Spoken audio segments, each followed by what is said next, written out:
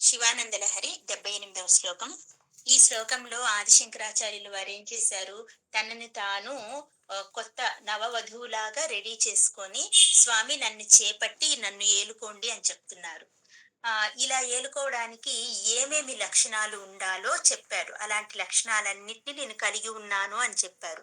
మరి ఇలాంటి లక్షణాలు ఎలా రావాలి, మనకు కూడా ఎలా ఉండాలి అనే దాని గురించి మనం ఈరోజు తెలుసుకోబోతున్నాం.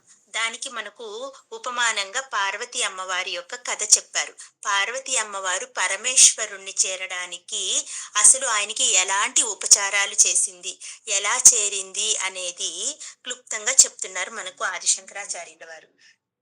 ఈ శ్లోకంలో పార్వతీదేవి గురించి ప్రస్తావన తీసుకొని వచ్చారు ఆయన. క్రితం శ్లోకంలో ఏం చెప్పారు, సతీదేవి గురించి చెప్పారు. శివుడు సతీదేవిని వివాహం చేసుకున్నాడు. అది మనం క్రింద శ్లోకంలో తెలుసుకున్నాం.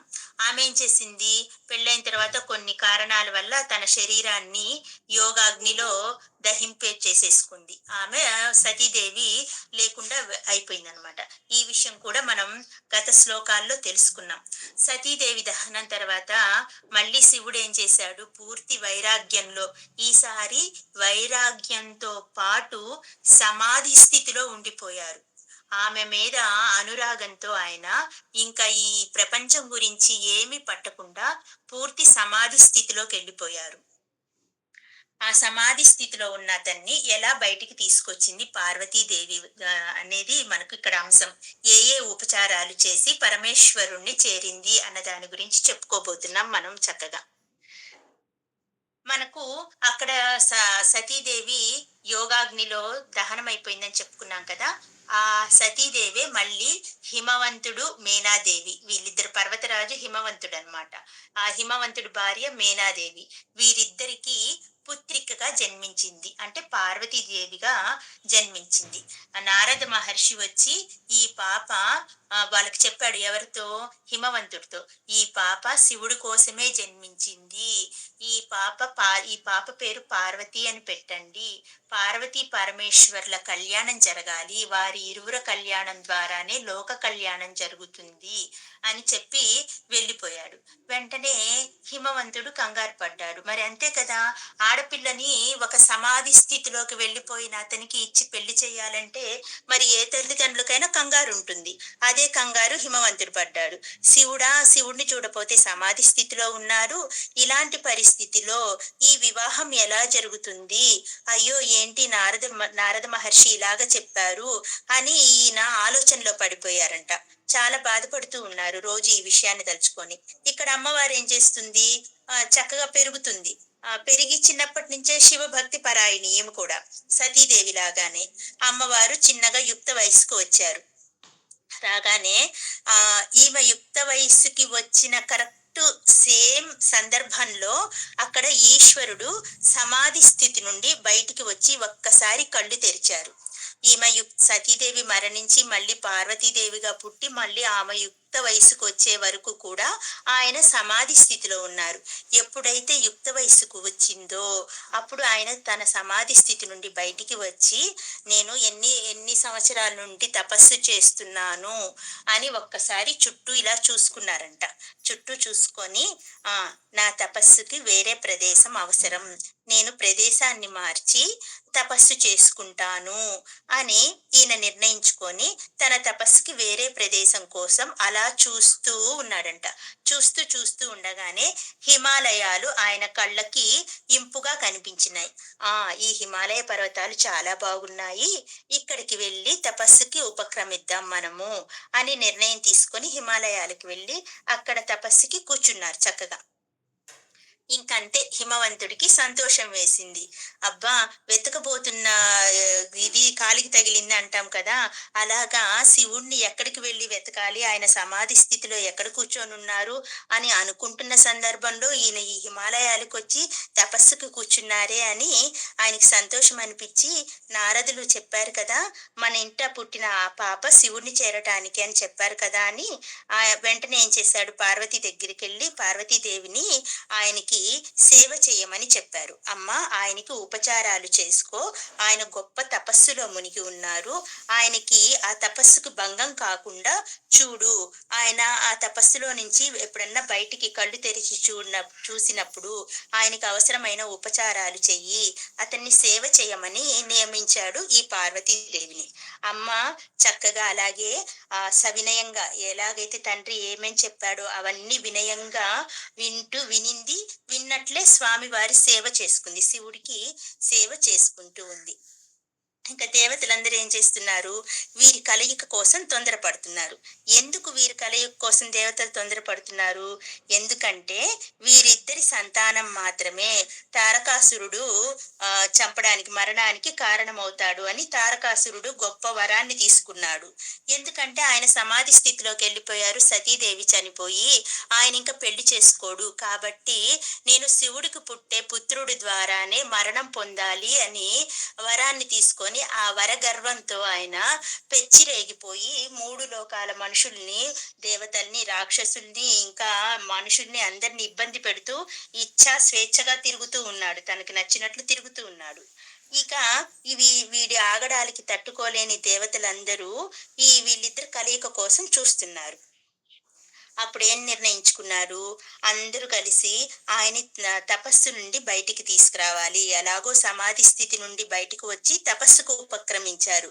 ఇప్పుడు ఈ తపస్సు కూడా భంగం చేసి, మనం భంగం చేసిన వెంటనే అక్కడ ఏం జరుగుతుంది? పార్వతీదేవి చక్కగా ఆయనకు ఉపచారాలు చేసుకుంటూ అక్కడే ఉంటుంది హిమాలయ ప్రాంతాల్లో. ఆయన కళ్ళు తెరిచి తపస్సుని భంగం చేస్తే వెంటనే పార్వతీదేవిని చూస్తే, ఏమన్నా మోహిస్తే వెంటనే వాళ్ళిద్దరు కళ్యాణం జరిగితే, వెంటనే పిల్లలు పుడితే మనకి తారకాసురుడు వధ చెయ్యొచ్చు అన్న ఆతృతతో ఉన్నారు ఈ దేవతలందరూ. వెంటనే ఇంద్రుడు ఏం చేశాడు? ఇంద్రుడికి ఇంకా కొంచెం కంగారు ఎక్కువ అందరికంటే. ఇంద్రుడు ఏం చేశాడు? మన్మధుడిని పిలిపించాడు. మన్మధుడిని పిలిపించి నీ బాణాలు ఆ పరమేశ్వరుడి మీద ప్రయోగించు అని చెప్పారు. వెంటనే ఆయన ఏం చేశాడు? వసంతుడిని కూడా వెంటేసుకొచ్చాడు. వసంతుడు ఈ మన్మధుడు చాలా బెస్ట్ ఫ్రెండ్స్ అన్నమాట. ఈయన ఉంటే ఆయన ఉంటాడు, ఆయన ఎక్కడికన్నా వెళ్ళాలంటే ఈయన్ని వెంటేసుకుంటాడు. ఎందుకంటే వసంత ఋతువు అంటే చాలా ఆహ్లాదమైన ఋతువు. మన్మధుడు అంటే మనిషిలోని కామాన్ని రెచ్చగొట్టే గుణమున్న వ్యక్తి మన్మధుడు. వీళ్ళిద్దరు కలిసి వచ్చాడు. ఈయన ఏం చేశాడు? మన్మధుడు ఒక్కడే రాకుండా ఈ వసంతుడిని కూడా వెంట తీసుకొని వెళ్ళాడు. వసంతుడు ఏం చేశాడు? ఆ ప్రదేశం అంతా వసంతంతో నింపేశాడు. తన వసంతంతో నింపేశాడు. చక్కగా పచ్చటి చిగుళ్ళున్న చెట్లతో అలాగా వసంతాన్ని నింపేశాడంట ఆ ప్రదేశంతో. ఇంకేనేం చేశాడు? బాణాలు, పుష్ప బాణాలు వేయాలి కదా. ఈ మన్మధుడికుంటే ఆయనకి 5 రకాల బాణాలు ఉంటాయి, పుష్ప బాణాలు. అవి కూడా బాణాలంటే వెళ్ళి పొడుచుకోగానే రక్తం వచ్చే బాణాలు కాదు, అవి పుష్ప బాణాలు. గుచ్చుకోగానే అవి మనసులో గుచ్చుకోగానే కోరికలను కలిగిస్తాయి. అలాంటి పుష్ప బాణాలని ప్రయోగించాడు. ఏంటి ఆ 5 రకాల పుష్ప బాణాలు? 1 అరవిందం అనే పుష్ప బాణాన్ని వదిలాడు. 2 వసంతం అనే పుష్ప బాణం.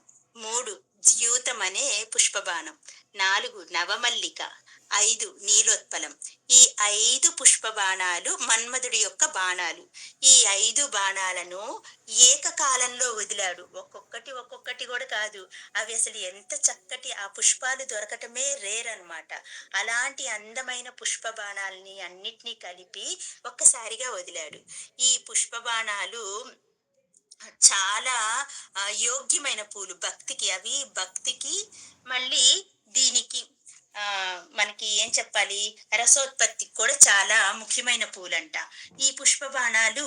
ఇలాంటి యోగ్యమైన పుష్ప బాణాలను భక్తి కోసం కాకుండా ఆయన ఏం చేశాడు? ఆకర్షణను పెంచడానికి శివుడి మీదకు వదిలాడు.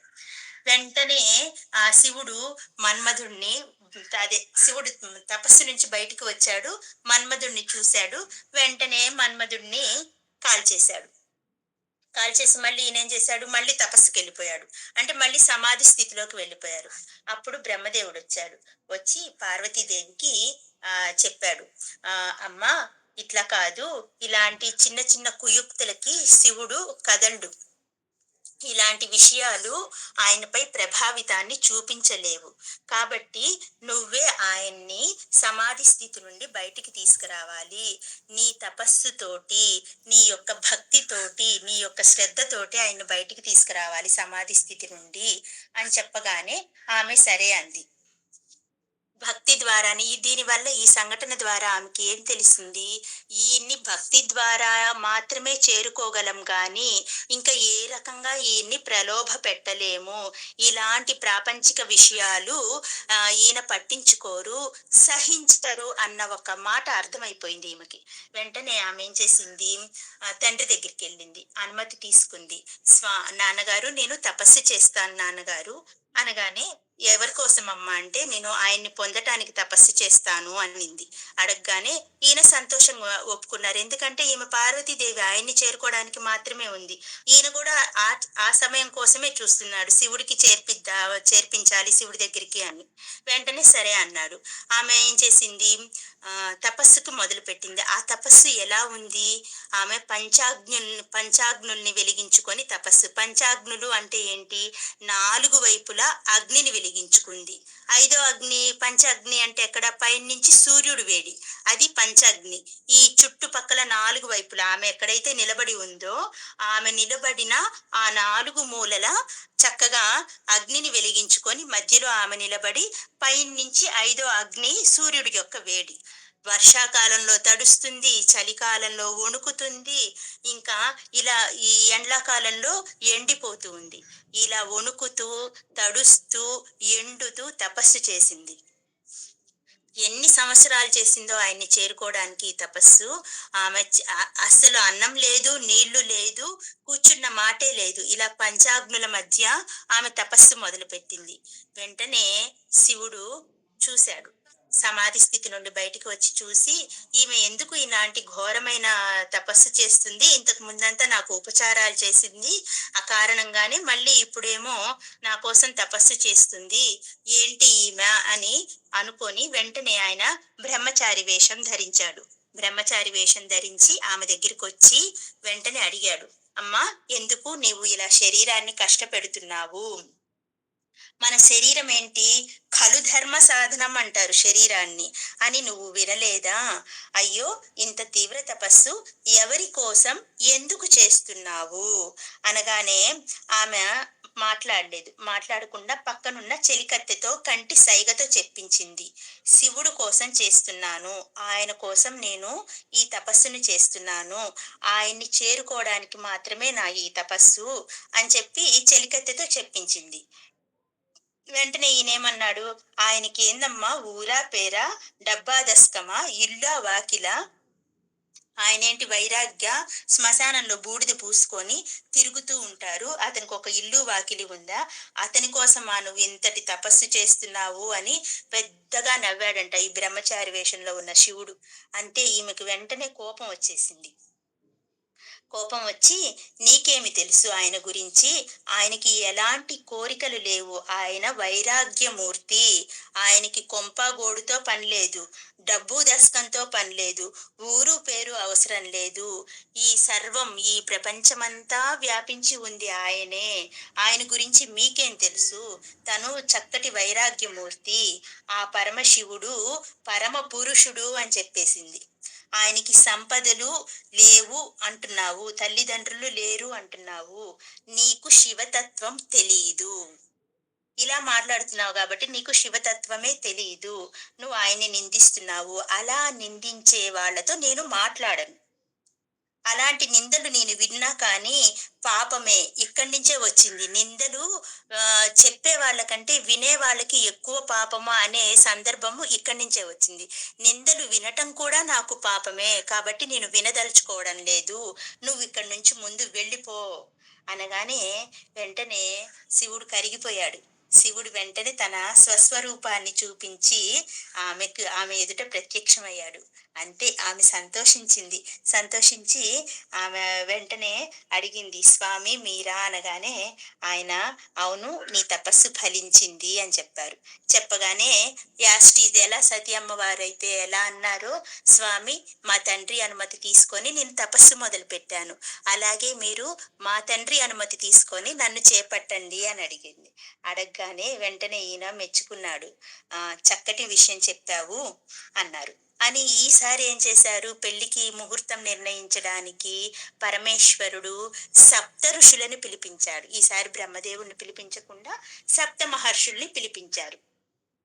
వశిష్ఠుడు వాళ్ళ భార్య అరుంధతిని కూడా పిలిపించాడు. వాళ్ళతో చెప్పారు, తారకాసురుడి వధ జరగాలన్నా, కళ్యాణం అదే లోక కళ్యాణం జరగాలి అన్నా, మా ఇరువురి కళ్యాణం అనివార్యం. కాబట్టి మీరందరూ కలిసి వెళ్ళి, ఓ సప్తఋషులారా, మీరందరూ కలిసి వెళ్ళి హిమవంతుడితో మాట్లాడండి అని చెప్పి పంపించారు. వాళ్ళందుకు సరేనని ఒప్పుకున్నారు. వెళ్ళి వివాహం గురించి చెప్పారు. చెప్పగానే ఇంకా ఆయన వినాలా, ఆయన హిమవంతుడు చాలా సంబరపడిపోయాడు. అవునా, సరే వివాహ వేడుకను మేము అద్భుతంగా జరిపిస్తాము అని చెప్పింది.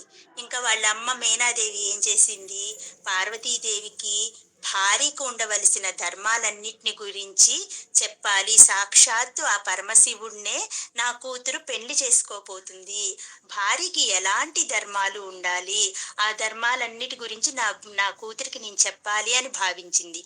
వెళ్ళి చెప్దామనుకుంది. కానీ ఏంటి, తల్లి చెప్తే మా అమ్మేదో చెప్పిందిలే అనుకుంటారేమో పిల్లలు అని వెంటనే ఆమెకు ఒక ఆలోచన వచ్చింది. ఒక బ్రాహ్మణ స్త్రీని, అంటే ముత్తైదుని, ఒక ఆమెని బ్రాహ్మణ స్త్రీని, అది కూడా అన్ని సదుపచారాలు తెలిసి ఉన్న ఒక బ్రాహ్మణ స్త్రీని పిలిపించింది.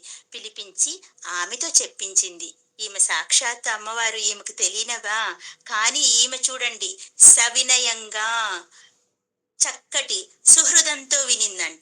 సవినయంగా సుహృదంతో వినిందంట ఆ మాటలని. బ్రాహ్మణ స్త్రీ వచ్చి, అమ్మ, భార్య పాటించవలసిన ధర్మాలు ఇవి, భర్తతో భార్య ఇలా మెలగాలి అని చెప్తూ ఉంటే ఆమె అంత సవినయంగా సుహృదంతో మంచి హృదయంతో వినిందంట. వధువు ఎలా ఉండాలో చెప్పింది, భర్త పట్ల ఆమె ఎలాంటి బాధ్యతను కలిగి ఉండాలో చెప్పింది. ఈమె కూడా అంతే శ్రద్ధగా వినింది పార్వతి. ఆ తర్వాత అంగరంగ వైభవంగా శివపార్వతుల కళ్యాణం జరిగింది. వారి ఇరువురి కళ్యాణం లోక కళ్యాణం కోసమే, మన అందరి కళ్యాణం కోసం వారిద్దరూ అలా ఒకటయ్యారు. ఇప్పుడు ఆదిశంకరాచార్యులు వారు కూడా ఈ మాటే చెప్తున్నారు. నా బుద్ధిని కొత్త పెళ్లి కూతురులాగా రెడీ చేసుకొని నేను ఉన్నాను, స్వామి వచ్చి నన్ను చేపట్టు అని అడుగుతున్నారు కదా. మరి శంకరాచార్యులు వారికి అవసరమా ఇవన్నీ? ఎందుకు అడుగుతున్నారు? ఆయన సాక్షాత్ శివస్వరూపమే. ఈయన ఈ రకరకాల శ్లోకాల్లో రకరకాలుగా అడుగుతున్నారంటే, మనం మన బుద్ధిని అలా రెడీ చేసుకొని అడుగుతూ ఉంటే ఆ సాక్షాత్ పరమేశ్వరుడే మన పైన కరుణ అనే అమృతాన్ని కురిపిస్తాడు అని ఆయన మనందరికీ అందిస్తున్నారు. మరి మనం కూడా మన బుద్ధిని చక్కగా కొత్త పెళ్లి కూతురులాగా రెడీ చేసేద్దామా మరి? ఓం నమ శివాయ.